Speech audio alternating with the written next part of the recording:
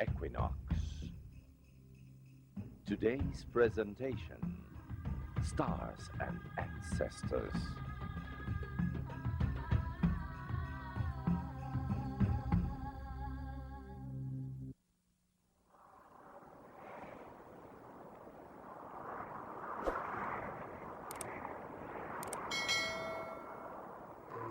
Spirits had inhabited Earth since before time. They became flesh and bodies that travel through the planet. They arrive wandering, but they do not know anymore where they came from.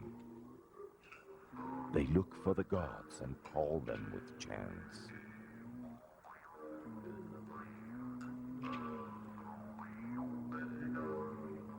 Men and women grow around fire and populate the generous land.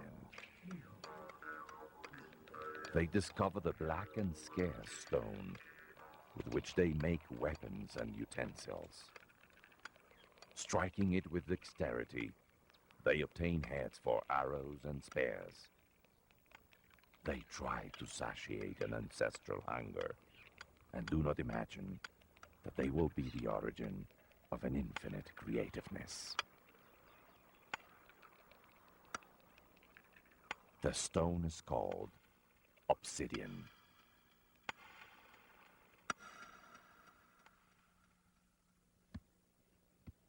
Earth spun many times around the sun, and the women germinate the food like plants.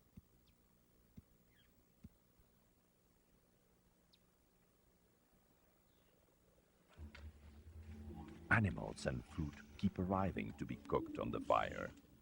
Men finally find their dwelling, and the wise shaman elevates his chants to the gods.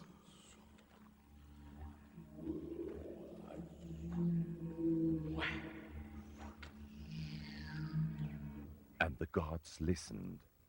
The major plant of the Andes, corn, arrived to be dealt in abundant grains.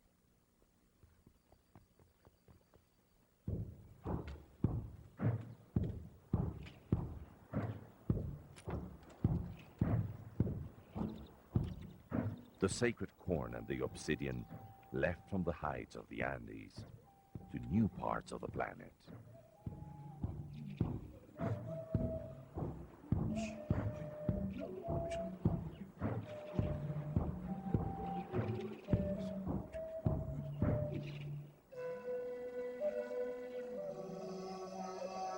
Just as the land gives us its fruit, women give life to men.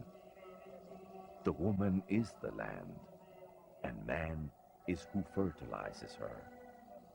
Just like the sun and the moon, just like love, like death, an infinite duality.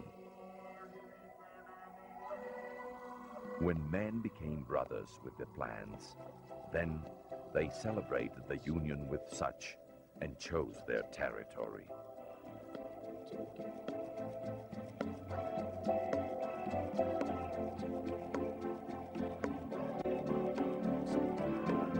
They worshipped the stars and venerated the dead. They faced death with fertility, and women and the land were the matrix of the base. The first recognized culture in America lived on the coasts of what is now Ecuador. It was called Valdivia. With it flourished ceramics, and from clay we got the renowned Venus, pregnant women, the symbol of fertility.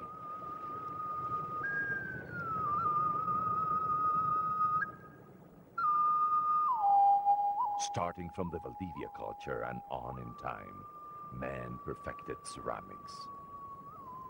The diverse cultures that at different times occupied a great part of the equatorial coasts elaborated various vessels for domestic use.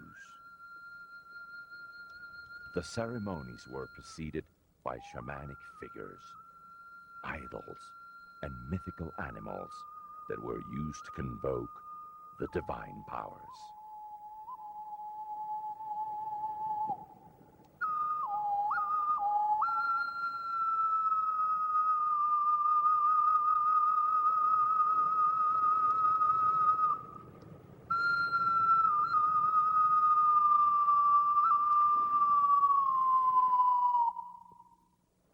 if forms came out of clay, plants brought something else than food.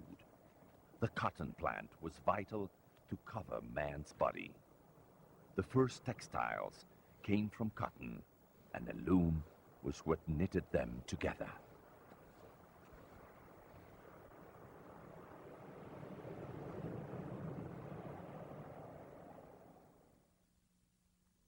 Restless on land, they looked for a way to sail on the waters of the sea. They did not get very far on the so-called totora horses. Then they imagined a raft built by putting logs together, but there was not a force to push it around, only human strength. They didn't arrive anywhere either. In spite of their tries, the restlessness continued to drive the desire to sail towards the unknown.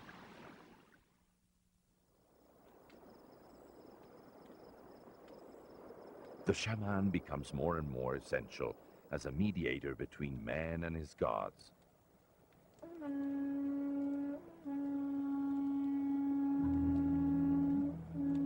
He uses the power of a flower, the floripondio, to talk with the gods. He asks them for a vision to know how to cross the seas. The sun and the stars at night heed the calling. The shadows that the great star projects on the land when it passes over the totem show the exact position and route over the waters.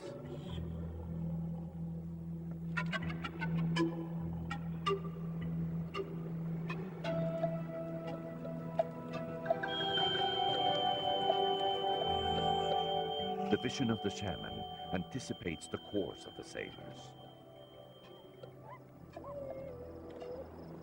The wish seems to come true. Now that the vessel is there, ready to set sail, the shaman expresses his gratitude to the ocean with what the land has generated as an offering.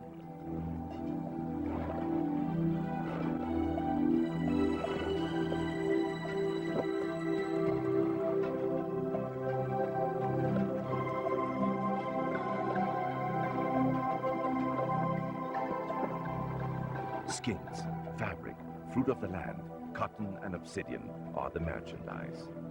Ceramics are a fragile load. But something more precious travels with them. It is a sacred shell. It is the spondylus. Because of its mysterious origin, it is given a unique power. The chosen ones must dive to great depths to find it. For their lungs to withstand the effort, they drink a beverage from the frailejon, a plant brought from the Andes. To reach the desired depth quickly, they carry with themselves a carved stone as additional weight.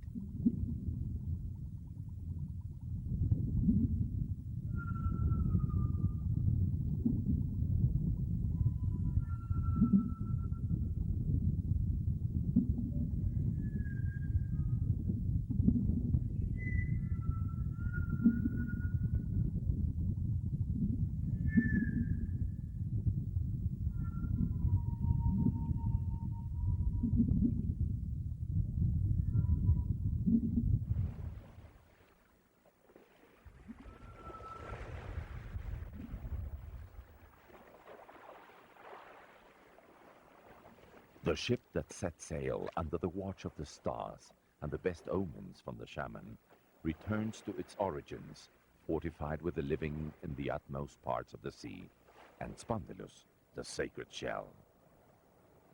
They are expected in the land of Salangoni to begin a privileged labor. They bring two shells from the sea of the same family. They are the Spondylus calcifer and the Spondylus princeps. The princeps is smaller and has a reddish color on the outside and is found at great depths. The calcifer is bigger, of a purple color on the edges, and found at lower depths. Using stone chips, they are able to perforate the shell and make jewelry from beads.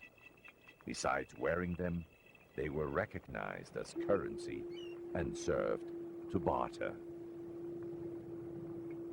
On their trips, the Manteño-Huancavilca sailors took the Spondylus from Salangone to the north, to the Mayas, and towards the south, to what is known today as Chile. But by land, the Spondylus went as far as the Amazon jungle or the equatorial Andes. This is how each shaman finds the way to talk with the gods. In the jungle, through the ayahuasca, a powerful reed used to cure the body's ailments or inspire the soul.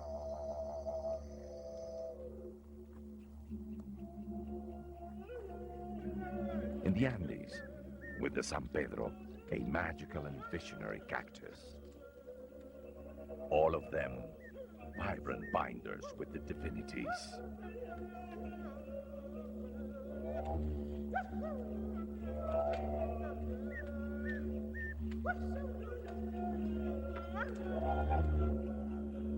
Beyond times and places, the universal spirit that governs man is to come closer to each other and share their beliefs as well as their objects.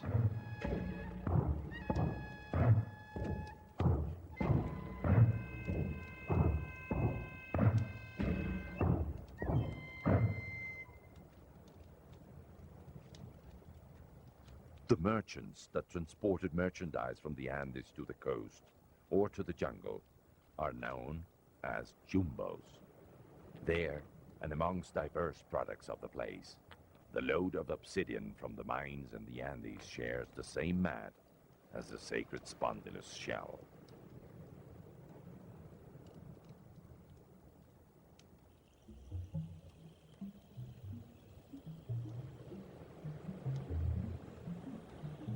The Spondylus, feminine divinity, finds its male equivalent in the seashell Strombus.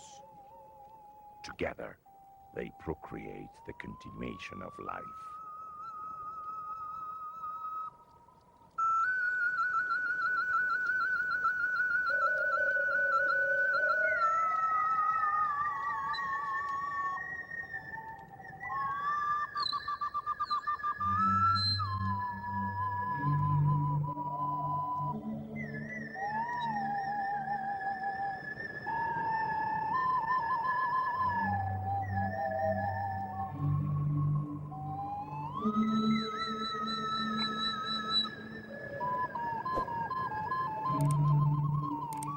Their children, flowers and grains, seal the union in an offering to the sacred fire.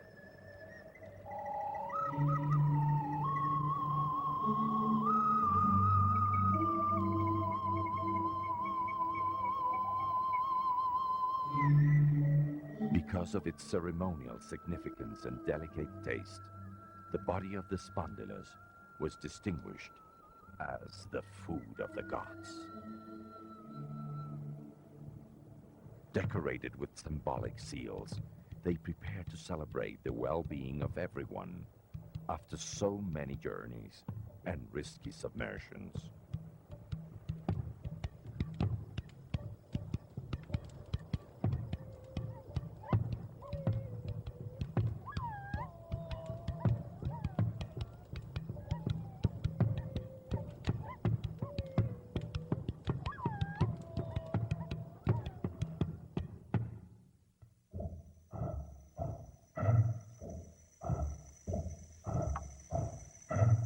At the great mouth of the river, we can find the island covered by mangroves.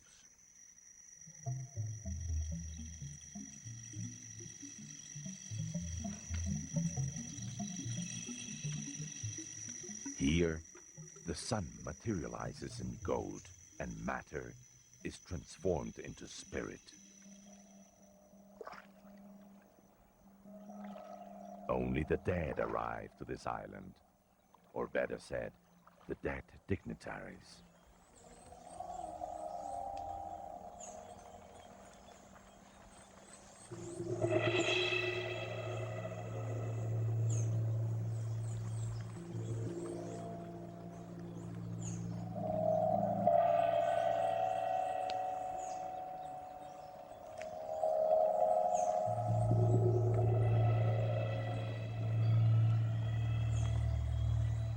and the few living inhabitants of the island, by duty, decorate them with gold.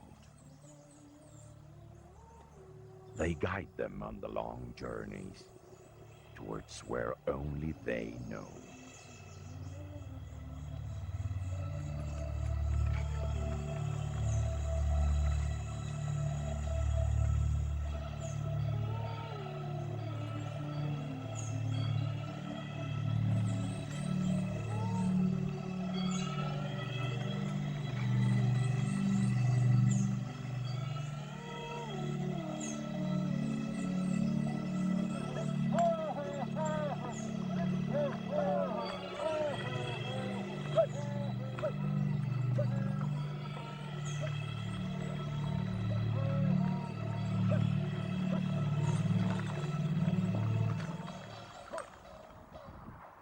On a pyramid, and parallel to the funeral rite of the highest personage, comes the offering of a life.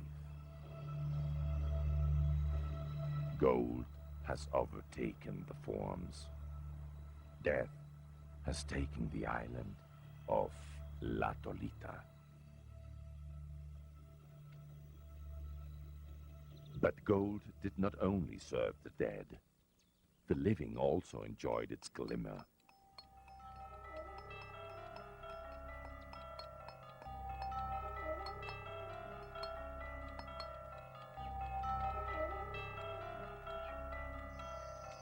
Its abundance was not wealth, but the magnificent manifestation of the sun on the earth. A great number of domains had formed in the middle of the world, in South America, 2,000 years ago. The small communities, or ayllus, have fallen behind. The alliances between domains form confederations. One of them, the Cañari, built great cities between the mountains.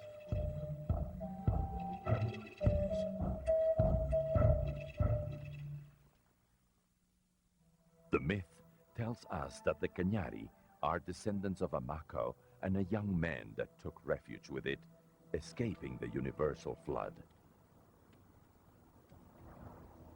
They dedicated a great devotion to the nearest heavenly body, the moon.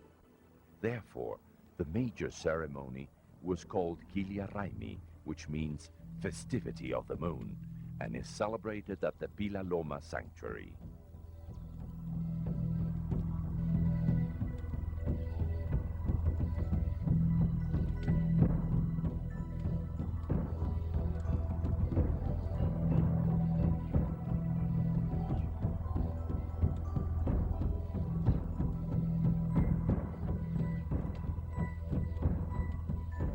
They used a pumpkin ribbon around their heads as a headdress.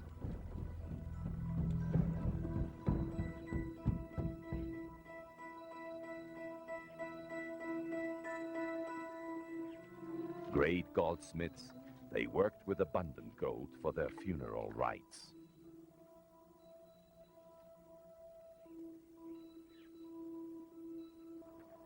The tomb of an illustrious priestess is hidden under Pila Loma. Her servants accompanied her till the end.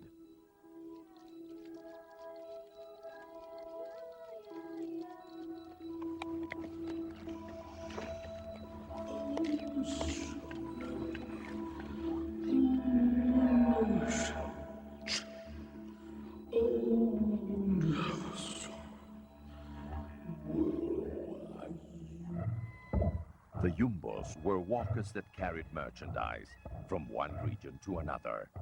After a journey of many days, they returned to the coast. They arrived to the land of the Quitus, when they are celebrating an abundant harvest of sacred grains. Legend narrates that once a race of intelligent and hard-working men arrived from the sea at Bahia de Caracas.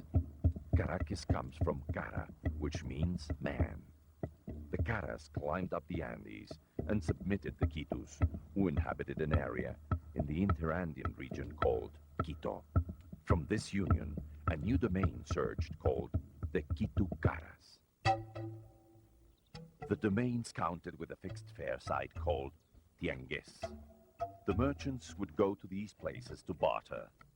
One of the most important exchange sites in the Andes was the tianguis of Quito.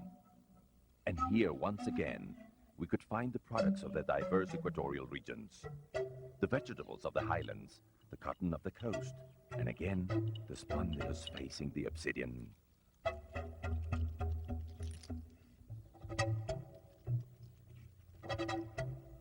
And gold. Carashiri reigned in Quito. He was many years at war with his neighbors the Puruais without being able to defeat them.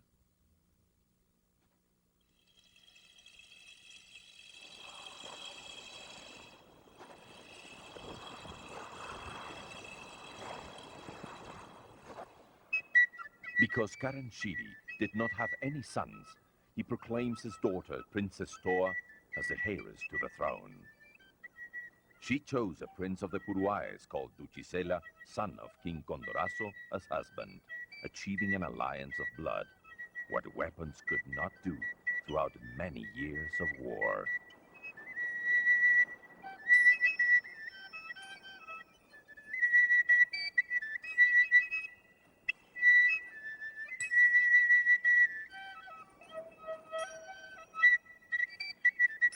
The royal symbol was a great emerald called Umiña, which took care of good health and happiness.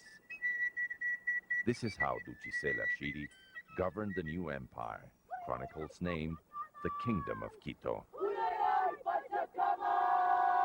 A few years later, he was able to achieve an alliance with the powerful Cañari, extending the territory to the south all the way to Loja. All history is based on the myth, that is the creative power. People nurture their spirit and affirm their love to Mother Earth with the extraordinary virtues of the legend. And the legend, if made a poem, sweet and magical, is only a truth expressed in other words. Its truth does not have time. It goes through all distances and explains to the heart with a parable what cannot reach the intelligence through a detailed telling of the facts. It happened once at the beginning of time.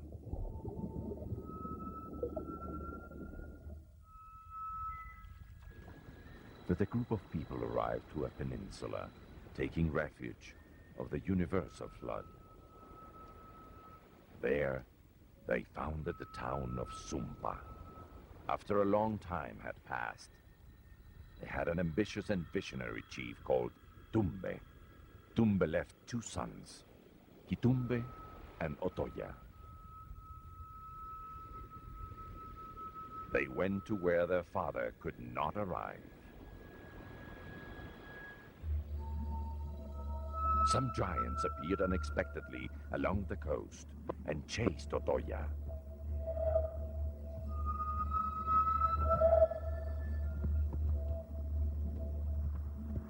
Otoya was soon submitted and died.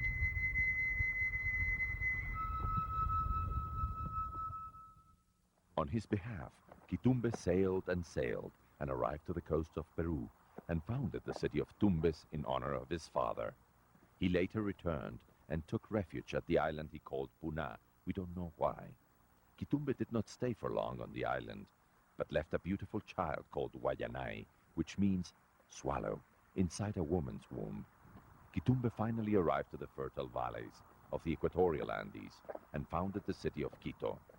Quito means the center or the middle of everything. Meanwhile, on the island of Puna, Guayanay had a descendant called Manco Capac. He arrived with his wife, Mama Ukiyo, to Lake Titicaca. Another legend said that both were born in this lake and that later were sent by the god Viracocha to follow the road until they could find a place to found Cusco. Cusco became the capital of the Inca Empire and Manco Capac, the first Inca. The legend explains the common origin of the Andean people. The symbol of the swallow illustrates the successive migrations, all generated by an old mixture of races. the Cusco Empire grew immense. Tupac Yupanqui was the first Inca conqueror, and in his effort dominated the Cañari and arrived to the gates of Quito. The Inca banned many dominated people and sent them to live in far-off places. This was the system of the Mitimaes. This is how he also brought Mitimaes from Cusco to Quito. The Inca spent a long time in Tomebamba, which was the capital of the province. Here is where his first son, Huayna Cápac, was born.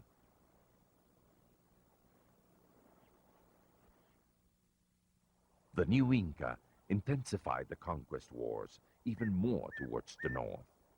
In Quito, the Shiris were not prepared for a war of this magnitude, but they had the Caranquis as allies. They were warriors with almost no fear of death. The sacred site of the Caranquis was called Cochasqui.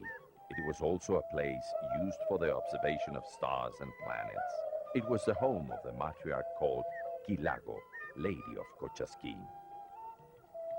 Princess Quilago decided to face Huayna Cápac, seducing him. She invited him to a party.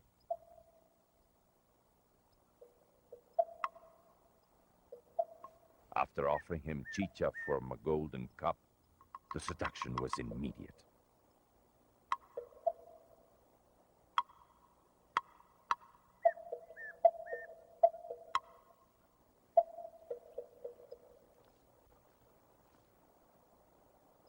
She tried to distract him with love, to assassinate him.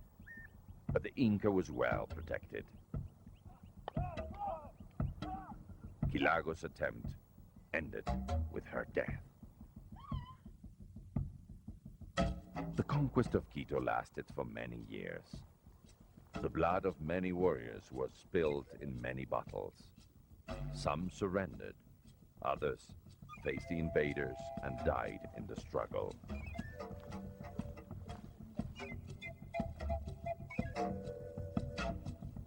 A legendary battle on the shore of a beautiful lake took the life of more than 20,000 Quito warriors.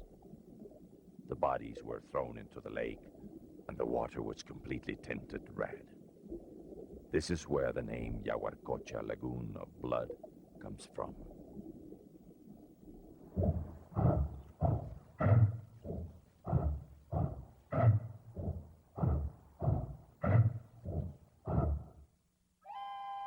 An endless number of battles followed Yaguarcocha, one bloodier than the last.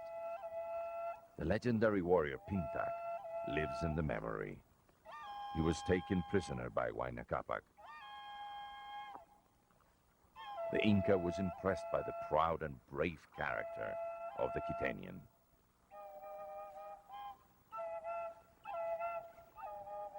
According to the writings of chroniclers, in one of the battles the Inca ordered that the hearts of the fallen Quito warriors be taken out to be later planted in the fields.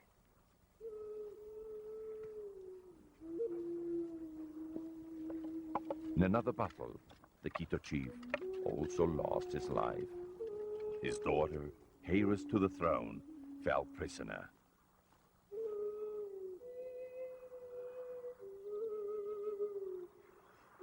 She caught the Inca's attention and saved her life in the arms of Huayna Cápac.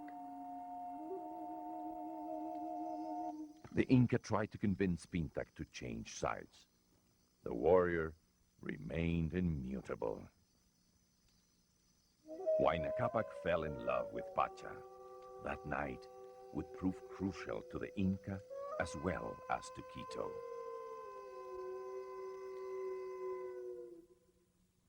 The insignia of the Shiris was a great emerald, and that of the Incas was a red tassel. Now both of them crowned Huayna Cápac's forehead. Just like before, like what happened with Toa, Pacha saved more bloodshed through seduction and marriage.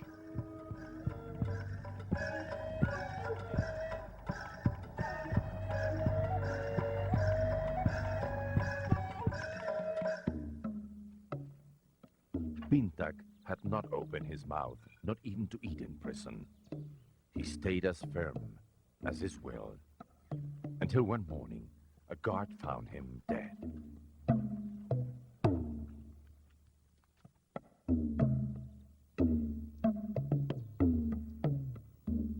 Angered by Pintak's tenacity, the Incas took off his skin.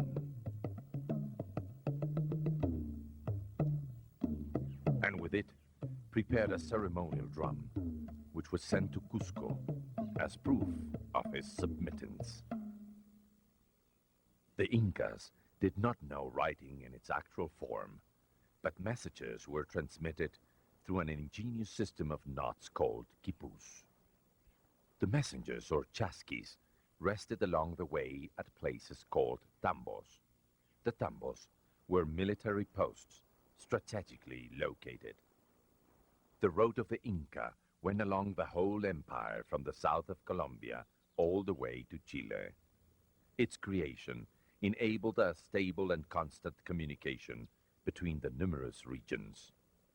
It was a society based on slavery. Therefore, technological advances were not necessary. The Incas did not know the wheel.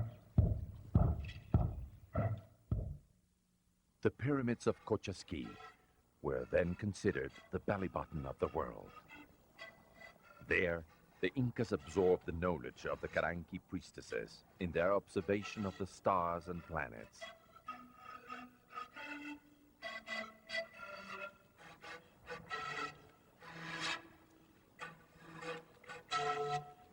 The men were preparing to celebrate the unions of the lands, as well as that of their gods.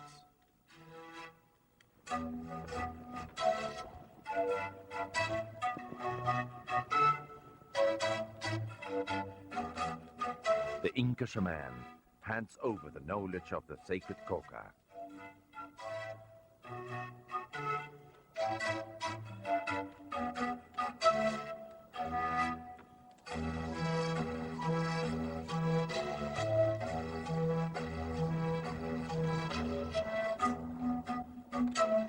Tawantinsuyo means the union of four regions, which is a symbol within the Andean cosmogony.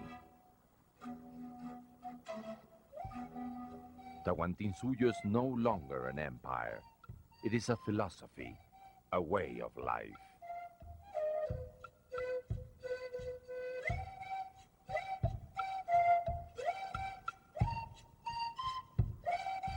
The Inca Huayna Capac loved these lands so much that he erected a golden statue with the figure of his mother in Tomebamba, in which he placed the matrix from which he came to the world. But something threatens this shining apogee. No one knows the premonition that the shaman feels when he asks the gods about the future.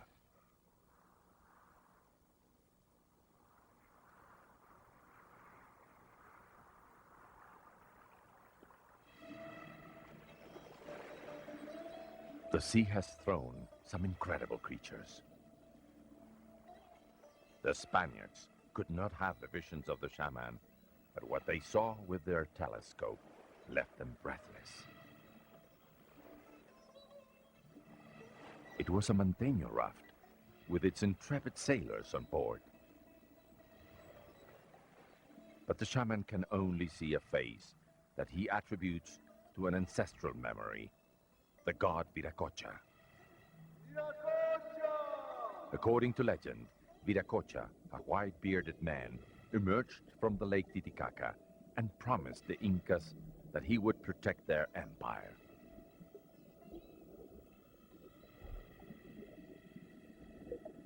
Huayna Capac heard the shaman in his visions. Now the shaman talks to the Inca about the myth of Pachacuti. Every 500 years, the course of history reverses itself. The encounter between Viracocha and the first Inca gave origin to the myth.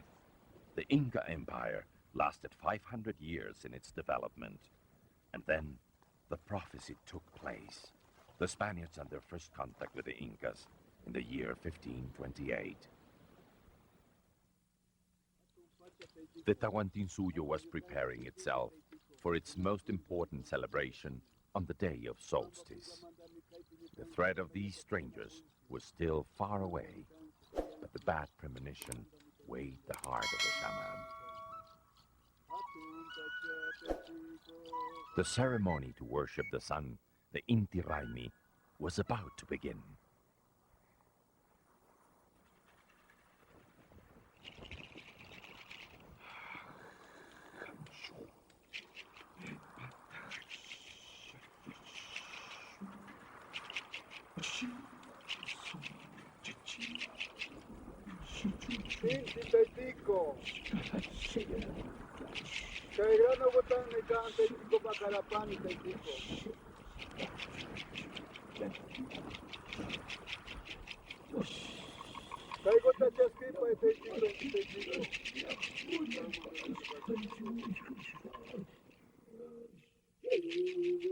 The young Atahualpa became present. He was Huayna Capac's favorite son and grew inseparable from his father.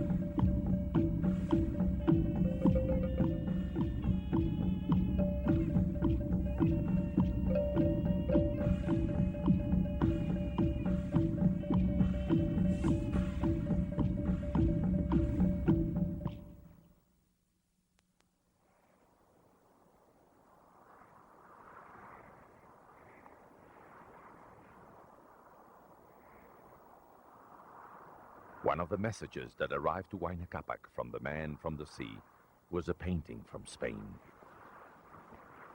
This was the face of Viracocha for the Inca and the shaman.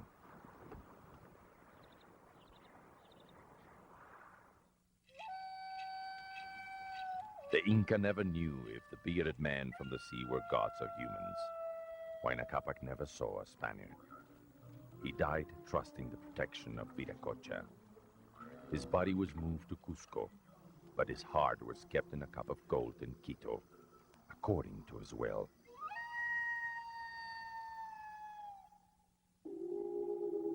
He left the command of his empire to his two sons as his inheritance before dying. To the one from Cusco, Huáscar, the south, and to Atahualpa, the part that was Quito. The struggle that broke out between the two brothers was the most absurd and bloody civil war of all history.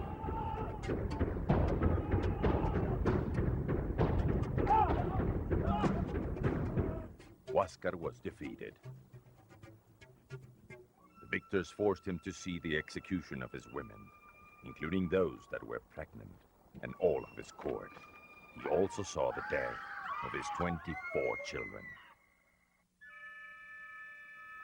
Atahualpa was proclaimed the only Inca, the Sapay Inca, Lord of the Tawantinsuyo.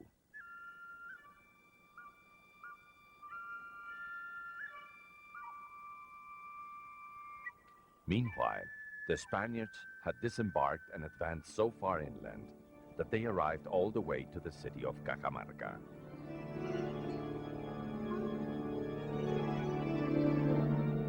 It was unbelievable for Atahualpa.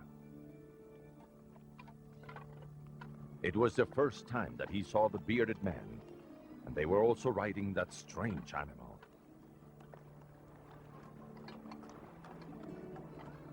Hernando de Soto made a clear demonstration on the beast. The priest Valverde, with feigned security, was the first to approach the Inca, accompanied by the translator known as Felipillo. He brought with himself two symbols of his religion: the crucifix and the Bible. When they were offered to the Inca, he responded, "I do not want a god that cannot be seen and punishes his son with death. My God is my Father, the sun. He appears every day, shines on me, gives me warmth, makes the plants that feed me grow. He's a good God." Francisco Pizarro, offended and at the same time afraid, ordered the attack with more audacity than troops on the numerous Inca's court. It was a matter of hours for the massacre to end. Atahualpa is taken prisoner by Pizarro himself.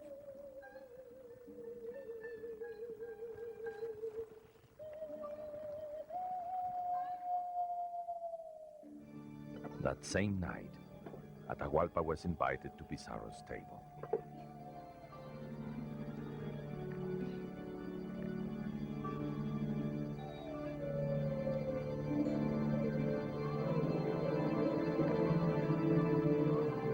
They allow him to keep all his habitual privileges, including the care that his wives always give him.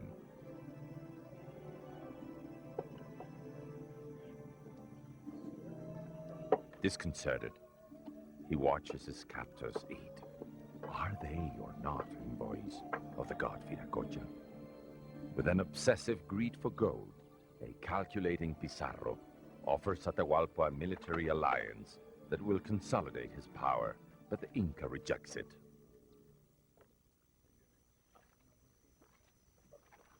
He finally realizes that he is a prisoner. Pizarro wants gold. A lot of gold. The Inca then offers to fill a room with gold up to a marked height in exchange for his liberty.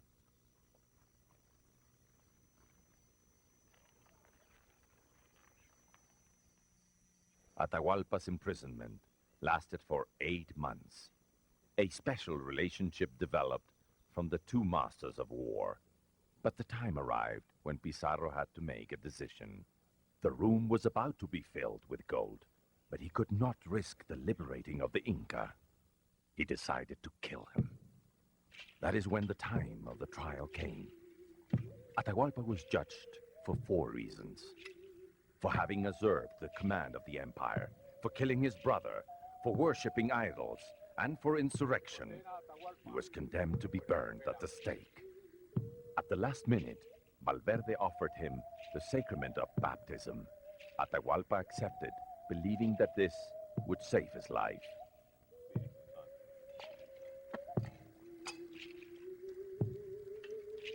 The spiritual integrity of the Tawantinsuyo was also demolished.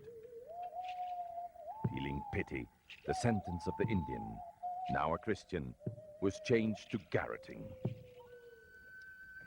Upon finding out of the death of the Inca, the carriers of the gold for the ransom hid it along the way.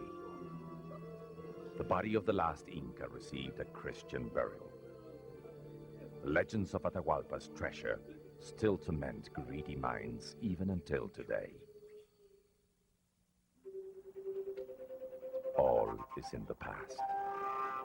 The Tawantinsuyo succumbed under the new change and root of things. An ancestral belief confused the god Viracocha with truant bearded men. An immense silence reigned since then. The 500 years of the prophecy have still not passed.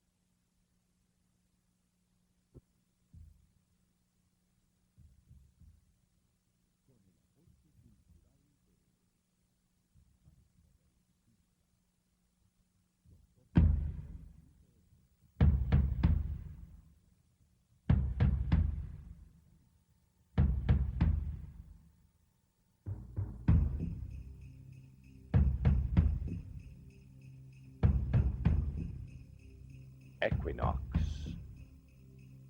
Today's presentation, Quito, Legends of a City.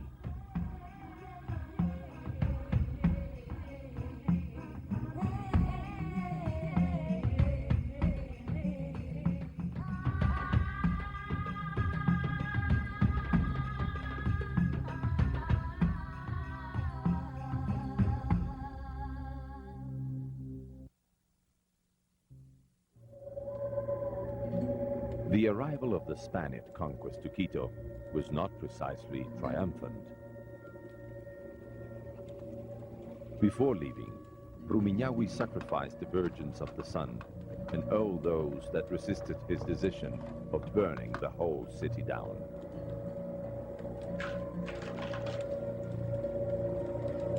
Rumiñahui did not want to leave anyone or anything to conquer.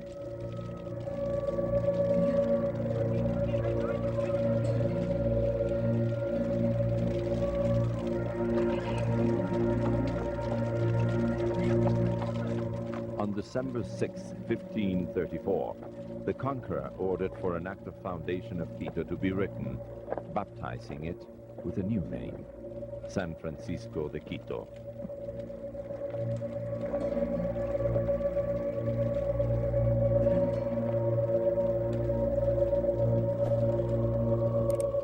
As a young man, Sebastián de Moyano, born in the Benalcázar villa in Spain, was a woodsman and worked his family's land.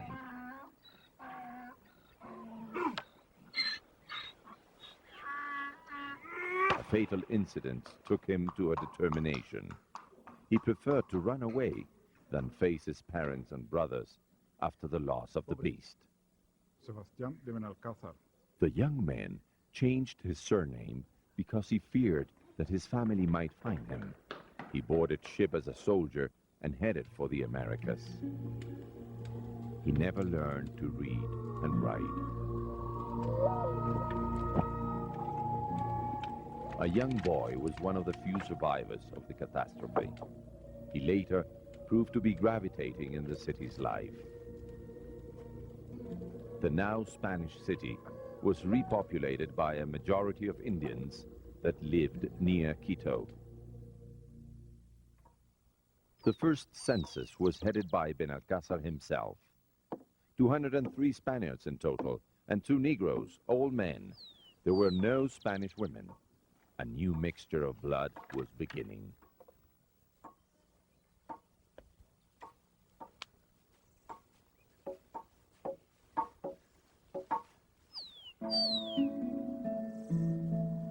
Benalcázar, the new governor of the Indies, found himself with his memories of his woodsman's days in Spain. Te quedarás. Esta es tu casa.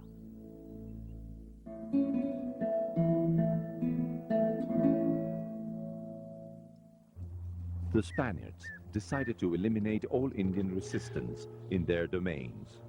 Rumiñahui had hidden from Benalcázar in the heights of the Andes. The conqueror did not want his death, but the treasure of the Incas.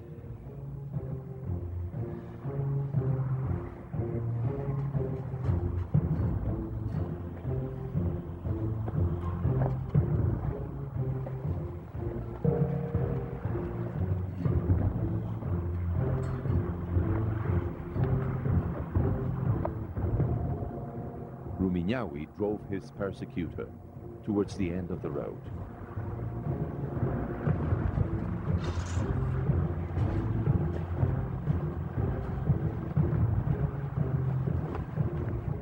Here, he preferred to fling himself to the great depths than surrender to Benalcázar. But to his disgrace, his sacrifice was not completed. He survived the fall. Benalcázar's tortures did not fold the will and silence of Rumiñahui. His firmness gave him the name of Rumiñahui, which in Quechua means stone face. Not even death could break it.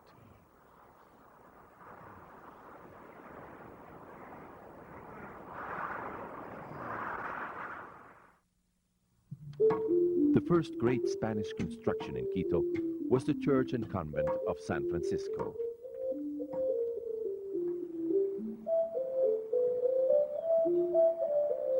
A few months after Benalcázar founded Quito, the Dutch Fray Jodoco Rique arrived to the city in the company of two eminent priests. Being a Franciscan, Fray Jodoco establishes the base of his order in this convent, in which the interior patio, the first water fountain of the city, was built.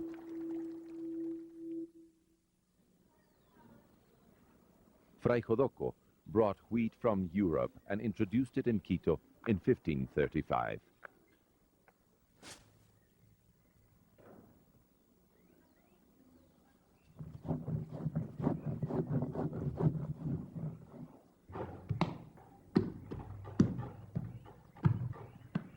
That is how the first baked bread was offered in the city.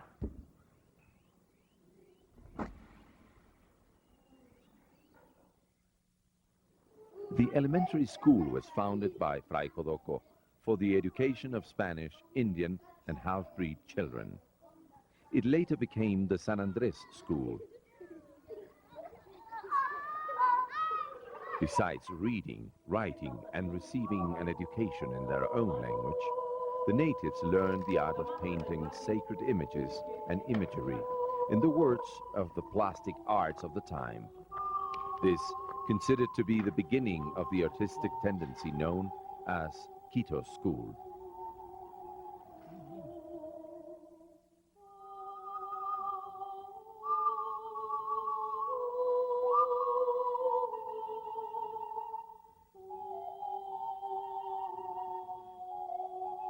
The European masters brought the sculpting technique. The Creole artisans incorporated their own ideas in their work, like an angel emerging from the sun, some tropical fruit, a mask of an European faun next to an Inca sun with an angel's face, some exotic species, grapes mixed with cocoa. The Church of San Francisco acquired its actual form for centuries and was always the shelter for the greatest religious work of the excellent Creole artists belonging to Quito School. The Indian Cantuña was a very special character in Quito.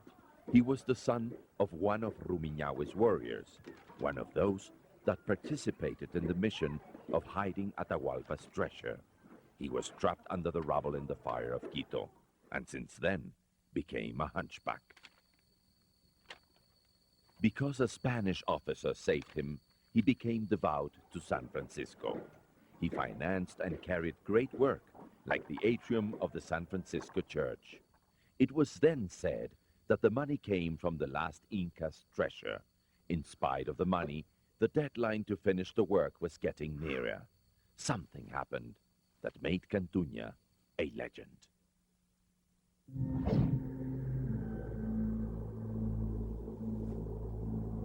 This is how Lucifer appeared.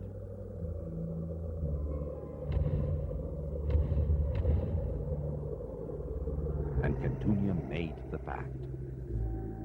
The devil would finish the construction in one night, and Cantuña would then give him his soul. All through the night, the little devils worked on the atrium for the Catholic worshippers. The agreement was that if the construction was not completely finished, the deal was null. "Victory!" cried Lucifer. "Victory!" exclaimed Cantuña when he found that one stone had been missing from the atrium. The devil had to swallow his words and disappeared. Before his death, Cantuña wished to leave a church for the Indians, for his people, and today we can see that his wish came true.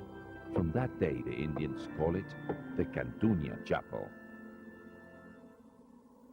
The Spaniards had established themselves definitely in the city. Days moved on slowly. Armor became useless without battle, and were now used for one of the few forms of entertainment, throwing earthen balls at the rival and trying to hit him on the armor.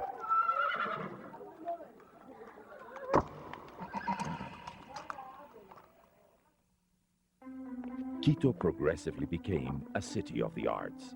At age 7, Miguel de Santiago was turned in by his adoptive father to an imagery workshop for his artistic training.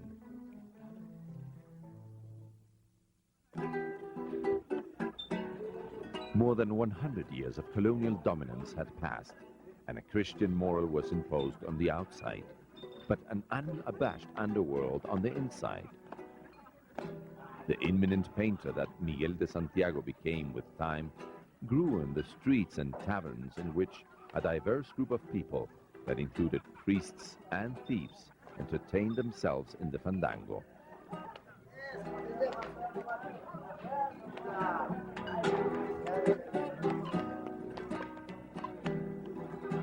This gypsy dance was banned on arrival because it was thought of as immoral.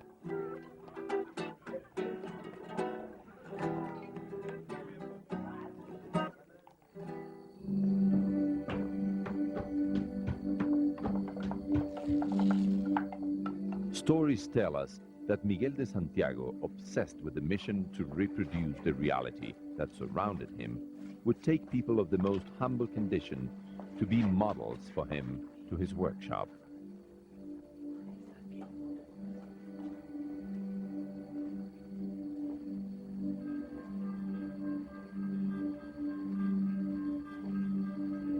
In the loneliness of his studio, the painter would become possessed by a real creative fever, a fever not always shared by his models.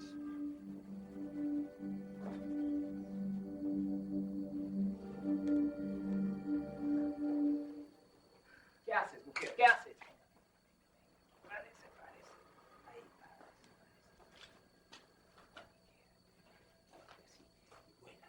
Vuela.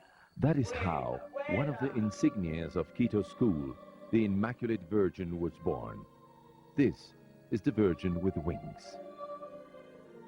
Miguel de Santiago left various works about the Virgin's miracles at the Church of Wapulo. The Creole masters put something from their own harvest on European-inspired themes.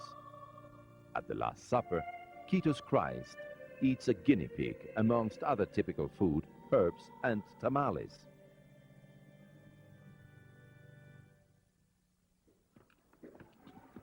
Tradition tells us that Miguel de Santiago took one of Quito's night owls that would serve him as a model for his Christ at the supreme moment of death on earth. Frustration crept in once again. The model could not understand the greatness of the concept. Christ reborn God, but man dies. The master looked for 1,000 ways to transmit this to his model, but all were useless. Something had to be done, something drastic, epic. Communicating the death of the Lord and moving the faithful demanded any sacrifice. No one really knows, but it has been repeated for 3 centuries. It has always been said that the Christ of agony achieved its amazing realism with the price of the life of the model. Only God knows the truth.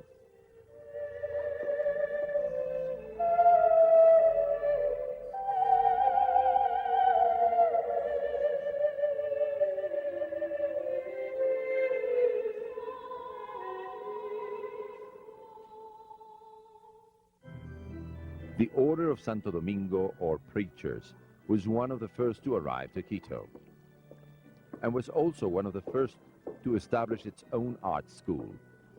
Pedro Bedón, prior of the order, personally took charge of the teaching of arts to Indians and half-breeds. Legend tells us that Pedro Bedón, who was one of the most predominant figures of Quito's art, did not limit himself to the easel or churches, but looked for places on the outskirts of Quito to paint. On some occasion, a humble townswoman found him painting. Admired of the beauty and passion of the painting on the rock, the woman returned every day to pray in front of the image. Worried by his wife's continuous absences, the husband followed her, convinced that she was secretly meeting with a lover.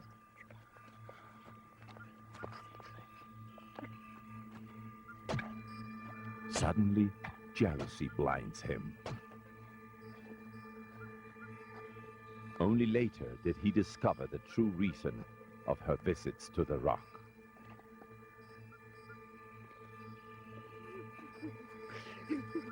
He went desperately to confess his sin at Santo Domingo, precisely with Father Bedón.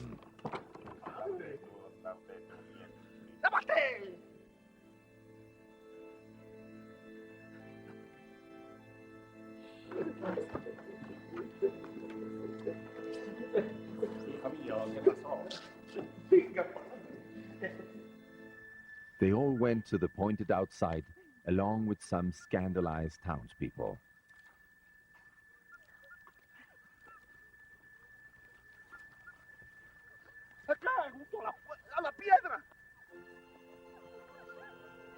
A miracle had occurred. All of them gave faith to the resurrection of the wife. The Christ of Miracles was moved to Quito and now has its own chapel, the Chapel of Miracles. One of the proofs that art is the way that brings man and God the closest together might be the painting of the Virgin on the ladder, another work of Father Bedón. A very characteristic form of association were the so-called cofradías. The most predominant figures of society would get together in these. Pedro Bedón was the creator of one of the artists at the Rosario Chapel.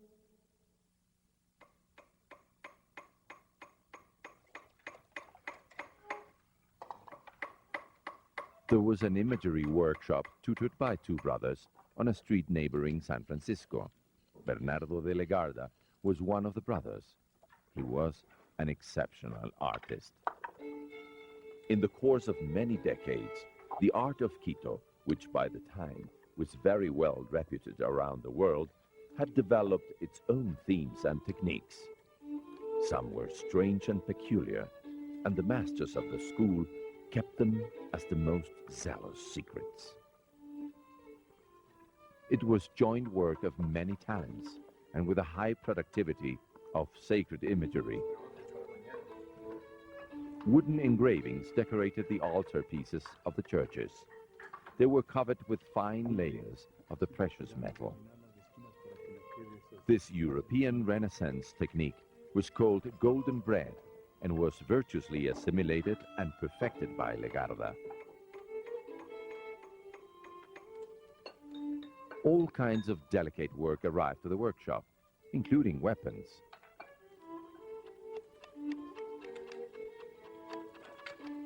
Small molds were used to multiply some parts of figures. Angels and saints were giving lead faces.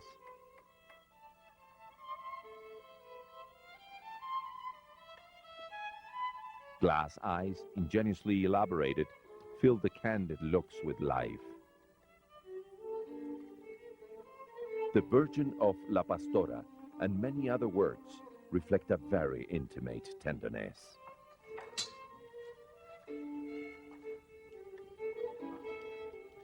Great work rose from the workshop. The altarpieces of many important churches are the result of the work of dozens of imagery makers.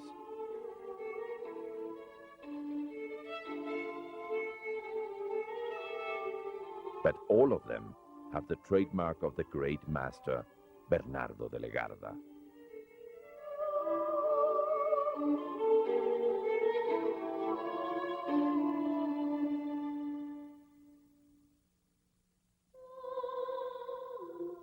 Life had been very generous with his abilities and talent, but an early and frustrated marriage tormented his feelings.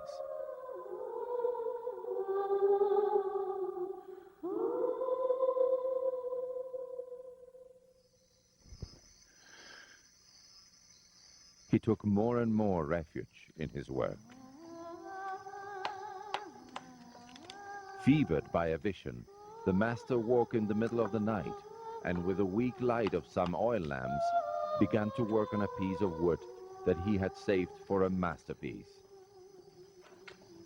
Bernardo de Legarda finished his work in a brief time without stopping to eat or drink. When he finally exhibited it, it was recognized immediately.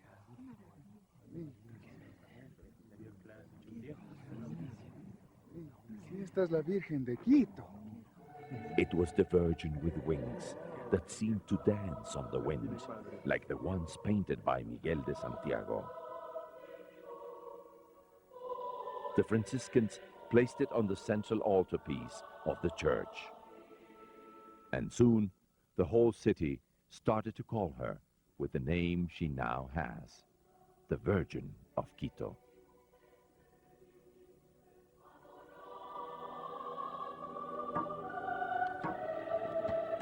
The Chapel of the Rosary Virgin was built many years before the birth of Legarda. However, it was his genius that finished the work started by Pedro Bedón with a splendid altarpiece. The admiration provoked by the completeness of his work was such that the aristocratic members of that cofradia decided to admit a new member. He surely remembered the patron of all artists, his dear Saint Luke, who protected him since his first work.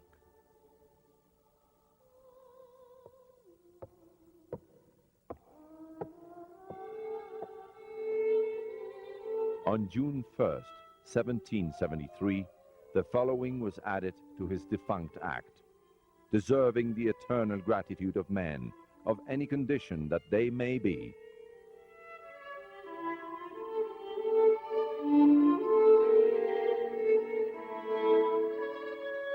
But the artist would continue in his disciples, especially in one of them. It is said that a young artist would frequently visit Legarda's grave. He brought Indian offerings. Everything had begun much before.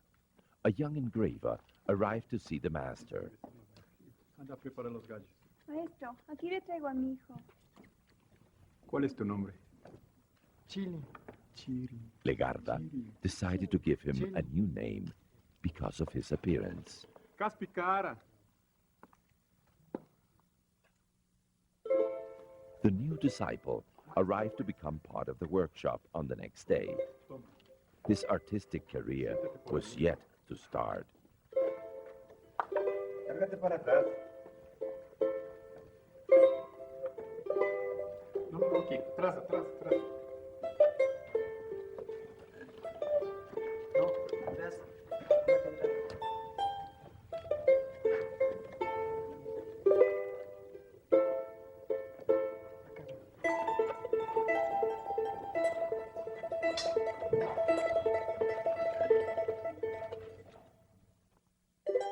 Obsessed by movement and rhythm, Legarda wanted to transmit dancing to sculpture.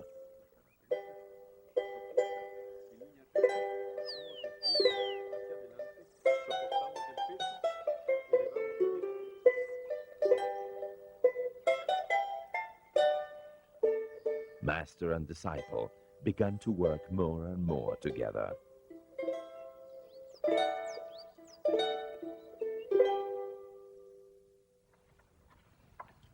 Legarda shared all of his techniques with Caspicara, including those that some tried to jealously hide. No seas egoísta. Indícale.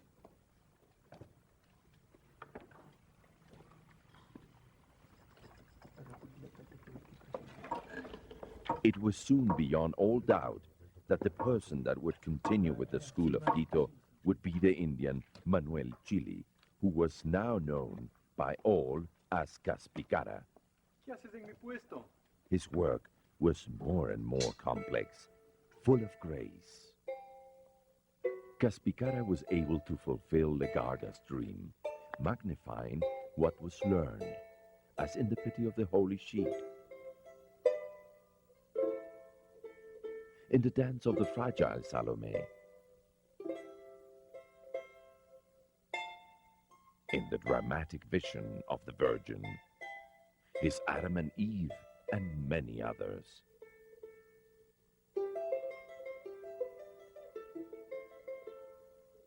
And perhaps this quality is the most evident in his so-called Christ of the Resurrection, which he also sculpted at a natural size. Manuel Chili Gaspicara died on Resurrection Sunday, right when he had finished his greatest work. The faithful would feel guiltier and have a more passionate devotion if they saw more dramatic images of the suffering of Christ.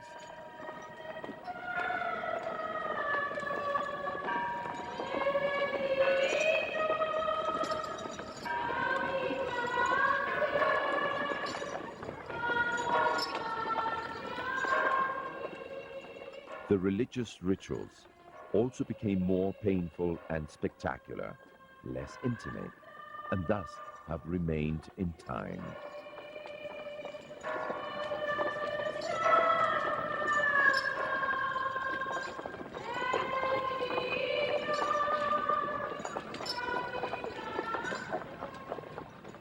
One day, an Englishman arrived to Quito.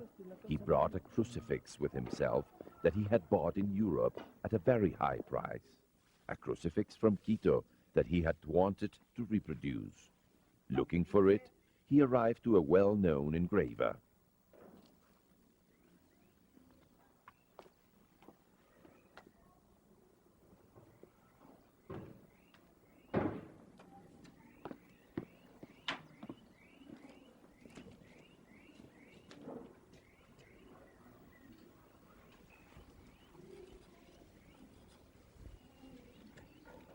The Englishman did not give much credit to this Indian until the man pulled out a small piece of paper that was hidden in the image. It read, "Pampite fecit Quito." Pampite made this in Quito. Amazed, the Englishman asked, who was this great artist? He wanted to meet him, go to his workshop, be his friend. Yo soy Pampite. While many things happen in Spain that deserved celebration, the news of these arrived to Quito months later and transformed into festivities that did not give much importance to the original reason.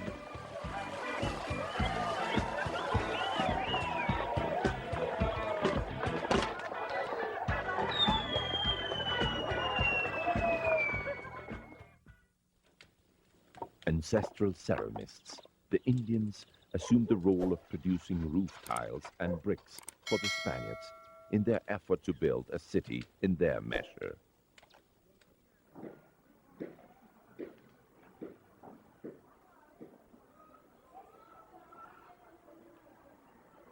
The preponderance of architecture from the south of Spain is made evident in the structure and disposition of the buildings.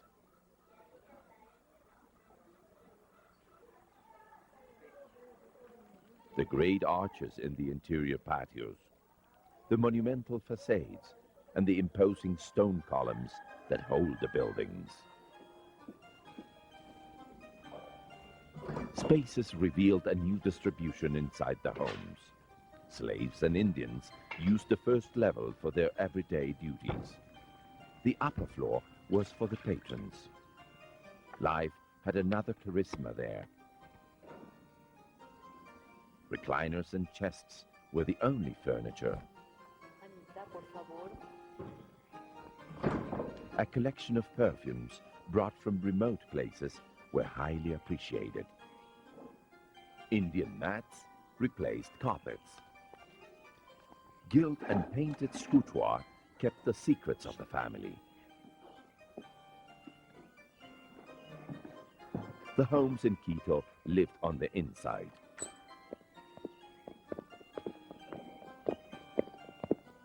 There was only one space shared by everyone, the inner patio. Mass was the most relevant social event. Without benches or recliners, the slaves were in charge of placing carpets for their patrons at the places reserved for each family.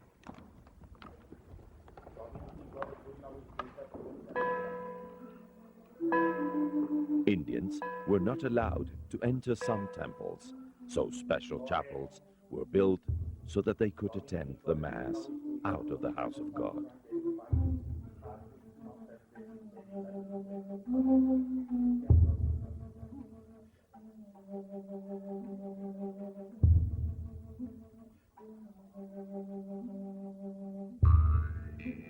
But the Indians maintained their own ancestral traditions out of the city. They celebrated ceremonial combats, which many times ended in death.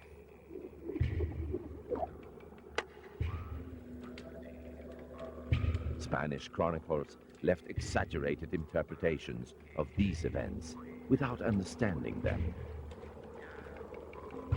Their pretentious intention was to show that the Indian was primitive and pagan when he celebrated those sacrifices.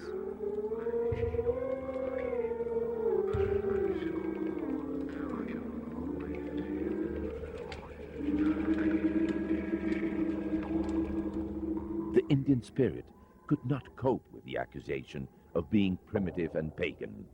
They could not understand why the images of the Son of God were covered with blood in the Christian temples. Terrible in his suffering may be, however, that this macabre vision of Jesus be the greatest representation of his sacrifice for man.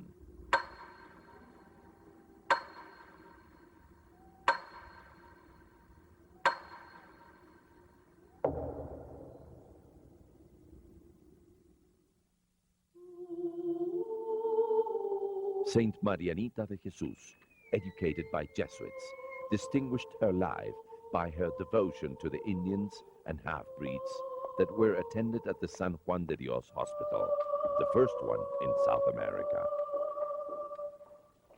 According to tradition, at the end of her days, Mariana de Jesus offered her life to the Lord in exchange for the survival of Quito, threatened by volcanoes. During her short life in the loneliness of her cell, Marianita martyred herself by crucifixion or sleeping in a coffin. This is how death arrived amongst her fragrant lilies. Each corner of Quito has its own tradition. At San Agustin, for example, legend talks about a celebrated pastry maker, Fray Ezequiel.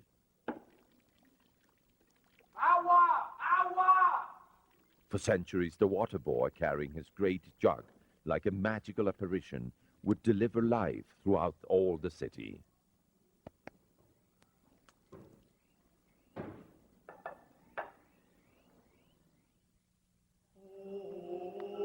It is said that Fray Ezequiel tolled the bells voluntarily at the San Agustin convent to call for prayer and repose.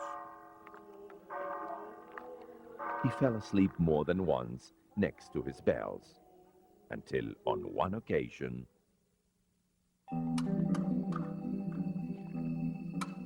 there were two young lads, two cousins that met face to face for a beautiful young woman.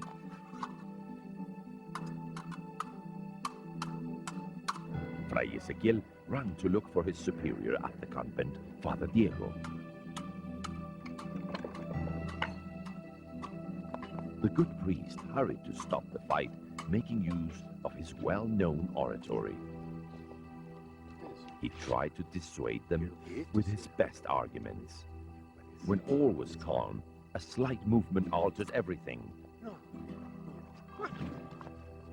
The innocent mediator did not have time to commend his soul to God. A few years later, a half-breed that preferred to remain anonymous. He wanted to build an atrium with a stone cross all by himself. He said he had guilt to atone. He cut at the quarry, moved the rocks on his back. People would look at him in Erie on the streets. It was not frequent to see a Creole doing the work of Indians. Is he the one that caused the accidental death of the priest? No one could admit or deny this. he finally accomplished his objective. The atrium and cross of San Agustin lie there. One night, a donkey carrying a special load was abandoned in front of the San Agustin church. Inside a chest, the Augustins found a figure of Christ in pieces, to which they put some beautiful sandals. Christ used his sandals for many years, until an Indian was taken to the Augustins in the middle of the night, accused of stealing one of the sandals.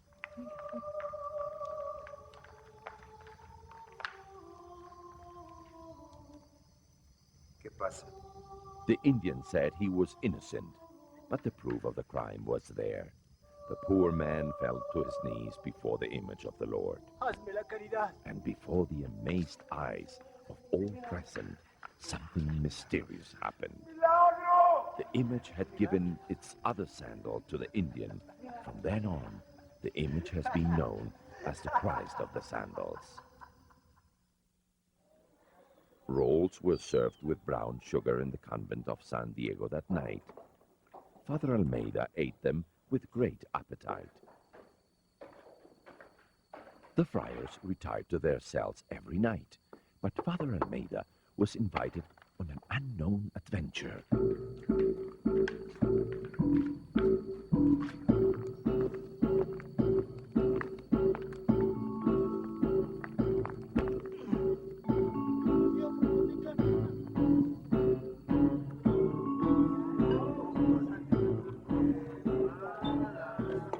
They went to one of the many taverns in the city. There, they would await for sunrise between gambling, band songs, liquor, and ladies.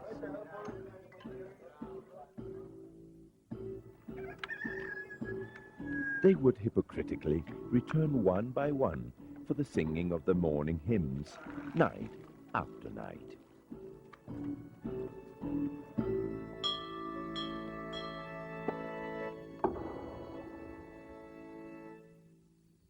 There was a very special crucified Christ in the church of the convent, and next to a window. It had 3 faces, and each one had a different expression depending on the angle from which it was looked at. Father Almeida liked the aftertaste left by the nights outside of the convent. He liked it so much that he found his own escape route. He would climb over the shoulder of Christ's image towards the window. Tired of all this shamelessness, Christ finally asked him, "When will this finish, Father Almeida?" Hasta la vuelta, señor. Upon his return, Father Almeida had had plenty to drink.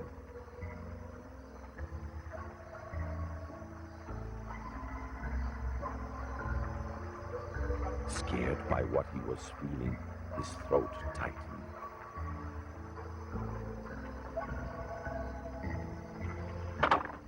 The vision of an accidental fall of a coffin made him feel that he was attending his own funeral.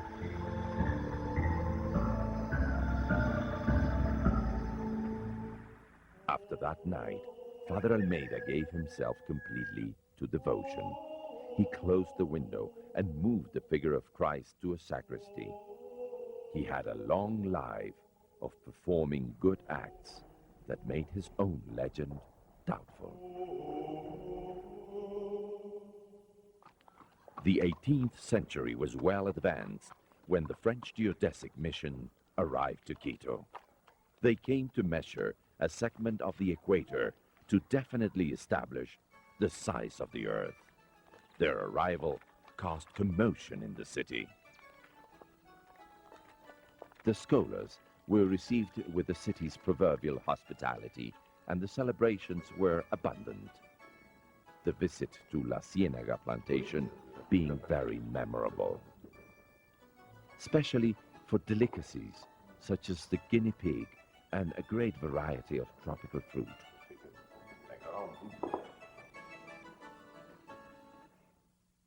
But not everything was banquets. On many occasions, on their long journeys through fields and mountains, the scholars had to settle with very poor lunches. One occasion, they climbed the Pichincha volcano, which is near Quito, to perform various measurements. When they had sat down to eat the little food they had, a couple of curious Creoles appeared. The climb had made their curiosity for science disappear and only contributed with great hunger.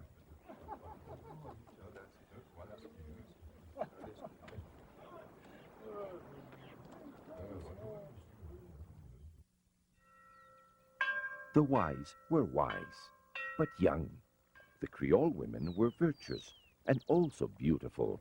Romances appeared.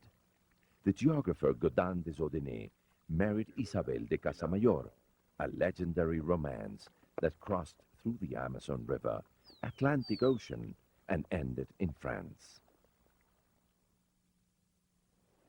The surgeon of the mission, Dr. Senierge, shared his knowledge with the universities of Quito. It is said that on one occasion he attended a traditional bullfight. The French doctor admired with amazement the dance-like movement of the bullfighters until he discovered the eyes and smile of a young lady from the place.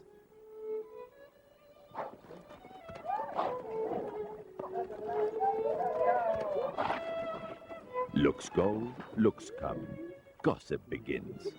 And maybe excited by the bullfight he was watching, the Frenchman threw himself into the ring without noticing the young lady's father's reaction. The outcome was the same in the two stories. No one knows if it was by accident or the cleaning of a tarnished honor. The truth is that Dr. Senierge ended up like the bull. But these are anecdotes. The truth is that influences were mutual. The long-lasting friendship between La Condamine and Pedro Vicente Maldonado was a result of common work. The Frenchman complemented the knowledge and preparation of the Creole scientists until the day of his death. The French geodesic mission, whose work would give Ecuador its name, represented the end of the long colonial period. Life was carried on the shoulders of the Indians in more than a way.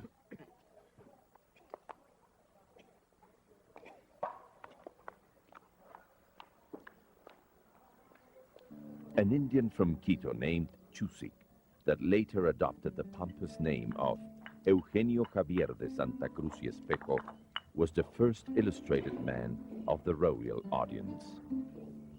As a doctor, Espejo was one of the first to state that illnesses were not a divine punishment, but resulted from natural causes, microbes and transmissions. He defended asepsis and cleanliness amongst people and in hospitals. He asked for the creation of a special sanitary police for the streets. He himself would stop in any place to analyze the slums and street food vendors.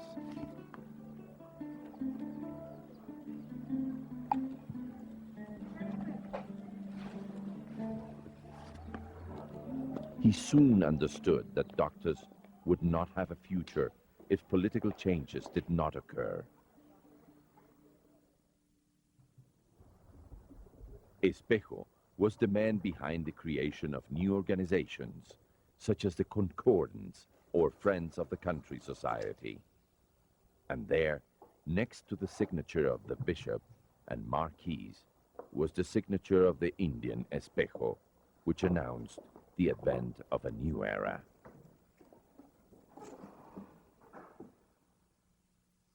It might not be possible to be a hero without being a martyr. Eugenio Espejo was persecuted and imprisoned for his conviction that the world could change.